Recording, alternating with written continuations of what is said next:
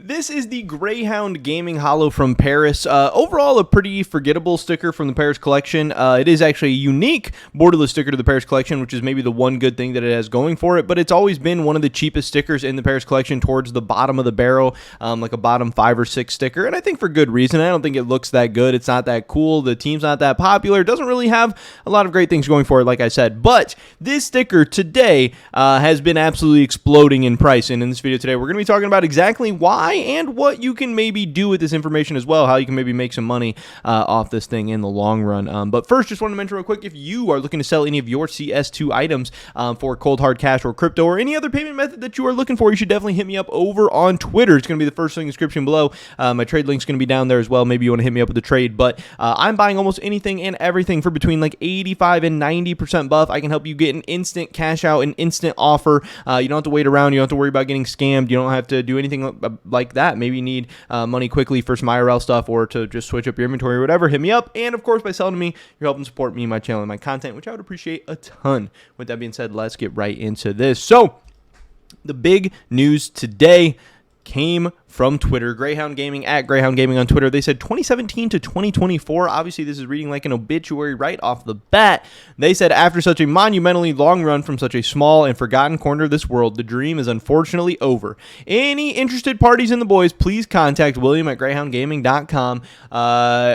And yeah, obviously they're just saying that they are ceasing operations. Arrow, tweeting out and letting them know that this was a good run. And obviously the CS community was kind of talking about this whole thing. This is Vexite. I don't know how you say this guy's name. He says, I've been reading a lot of tweets about OCS dying, but I feel the need to clarify the current situation. It's no secret that not qualifying for the major has impacted the decision of Greyhound deciding to close its doors. I can see how people may see this as the beginning of a downfall. In my eyes, the only thing that would put the OC scene in a worse spot than it already was in would be not having a competitive team at the next RMR. In reality, a team with 2 or so months of practice lost a game of CS that could have gone either way, and this is what we're really left with. Newer players getting chances in better teams and different teams getting opportunities to play and gain experience overseas, a team that is more motivated than we've ever been, and a core that has consistently qualified for years. All this being said, I do believe actions speak louder than words. Thank you to everyone for the support. And obviously, a big thing to take away from this whole situation is just how this guy's talking about that obviously them not qualifying for Copenhagen, which they obviously recently missed out on the Copenhagen qualifiers. They're not going to be going to the major.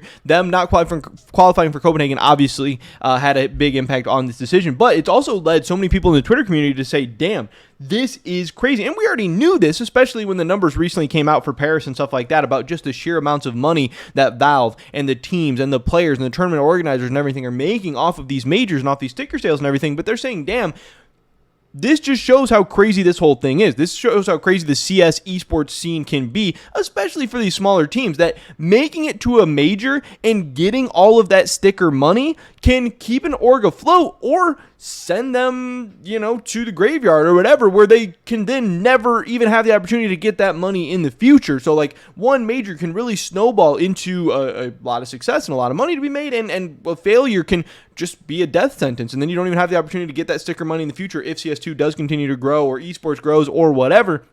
And like he says here, sometimes it can come down to a single game. It can come down to a single round. It can come down to some RNG, some randomness of a bullet spray or something weird happening or a bug or like. It's just crazy exactly how these little things can happen. But yes, as he says, and like Greyhound said in their thing, a small corner of the world, a small team, a small org, whatever, them not qualifying this major did obviously mean a very, very big deal. Lots of other people are saying the team behind one of Counter-Strike's most famous signatures is ending operations. Obviously, the Dick Stacy, Katowice 19 and Berlin 2019 stickers coming from Greyhound Gaming. Iconic. This guy says, love Dick. He's got the AK-47 Inheritance with some gold Dick Stacy stickers on it, which is just a funny craft, cool craft. Whatever. Then also, obviously, on the investing side, the bigger deal here that a lot of people were talking about was, damn, you guys move fast. Was wondering if the Greyhound disbanding news would affect the only borderless Greyhound available, and it already went up lots. You can see here, this thing was about 4.6 RMB, and then now all of a sudden they are being listed for 7.3 RMB, meaning that the price has almost doubled since this news and announcement has happened. And we can take a look at CSGO stocks as well to see where these prices have been. Like I said, Greyhound has always been pretty cheap. It's about a 70-cent sticker for a lot of this time. And all of a sudden, this thing goes from 76 cents up to $1.03. So, on this side of things, like a 50% increase or something around there. And like I said, this is a borderless or a unique borderless sticker to the Paris collection. You're not going to find it in Antwerp or Stockholm or anything like that. And obviously, they're not going to be in Copenhagen as well. And now they're not going to be in any other majors in the future history of CS. So, obviously, I do think that in the long term, this is a big boom for the Greyhound Gaming logo. Now, again, I don't like it that much. I don't think it looks that cool. I don't think it looks that good. I don't think it has a ton of craftability or whatever. But if you look back to Stockholm and Antwerp, you will also see that it doesn't always matter how good something looks. It doesn't matter how popular the sticker is, how popular the team is, whatever. Unique borderless stickers tend to do pretty well over time and tend to be pretty good investments. Now, obviously, the one question being that this is Paris, and we know that the supplies are really high and that it's over-invested and all these different things. So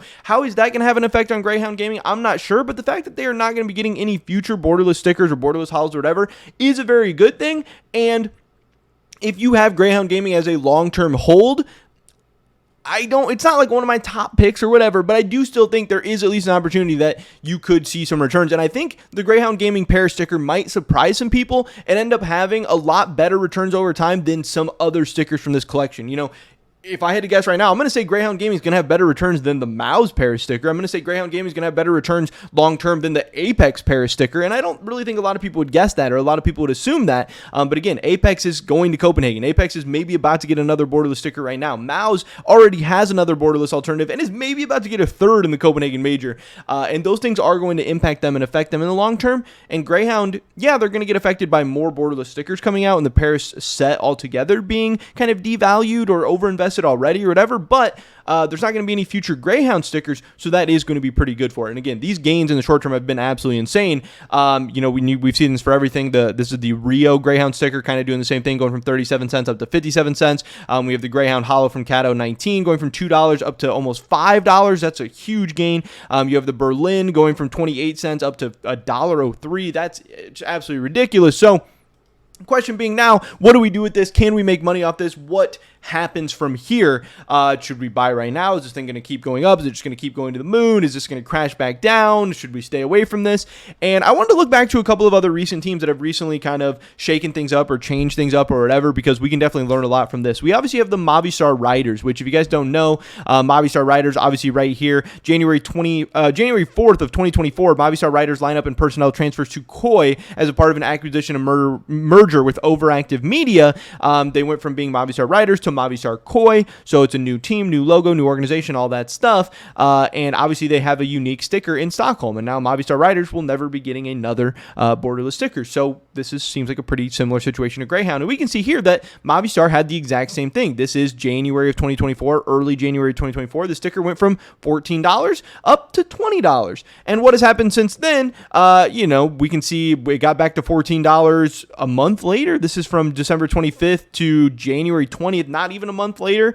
Sticker prices were already back to their pre-kind of hype, and since then the prices have even gone down. Again, the peaks of the hype here were around $20, almost $21, and now Movistar Koi stickers, Movistar Rider stickers sit at about $12, even though this is still a unique borderless sticker, and this still, I still love this Movistar Rider sticker for the long term. I still think this is a great investment, but it just shows that right when these announcements happen, you see a lot of people trying to make a quick buck off of this news and thinking that, oh, okay, this is a great time to buy, blah, blah. And we see this time and time again. This happens every time. We can look back to another example of this, the Copenhagen Flames. Obviously, I have here that they ceased operations on May 2nd of 2023. So if we look here, this is May 2nd of 2023. This sticker goes from $13 up to $22, and then it crashes back down, and less than a month later it's back to $10. It's back to below where it started. Now, hey, over time it has kind of creeped back up, and again, I still think in the long term Copenhagen Flame Stockholm sticker is a good investment, but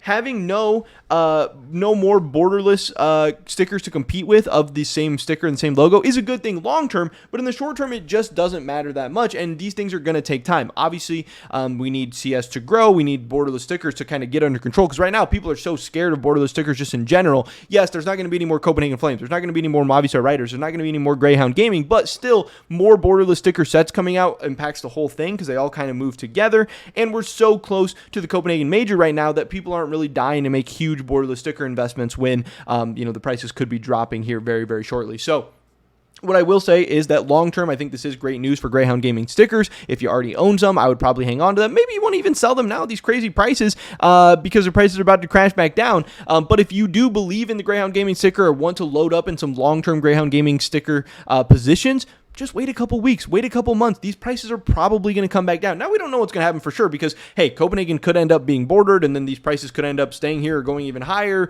Maybe some crazy new CS2 update comes out and the game goes, whatever. We don't know, but history tells us that right now is probably not the best time to buy. There's a lot of hype and pandemonium and people going crazy trying to make a quick buck, and they're probably not. They're probably about to get squished, but if you are patient, you can wait, and you keep Greyhound on your mind, you really believe in this sticker or like it or think it's going to do great or whatever. Maybe you're a big Osh fan. I don't know. Maybe you like under the radar investments, or maybe you just like cheap stickers. Because again, this thing is going to be very cheap, which is definitely another good thing it has going for it because Paris prices are so ridiculous a lot of times. Wait a couple weeks, wait a couple months. You're probably going to be able to get this thing at similar prices to like 75 cents, if not even cheaper. And then in the long run, I'm sure you'll be able to see some decent gains, and I would actually think that this isn't a horrible investment in the long run. But that is pretty much it for this video today, guys. Hopefully I catch you in the next one. Until then, peace.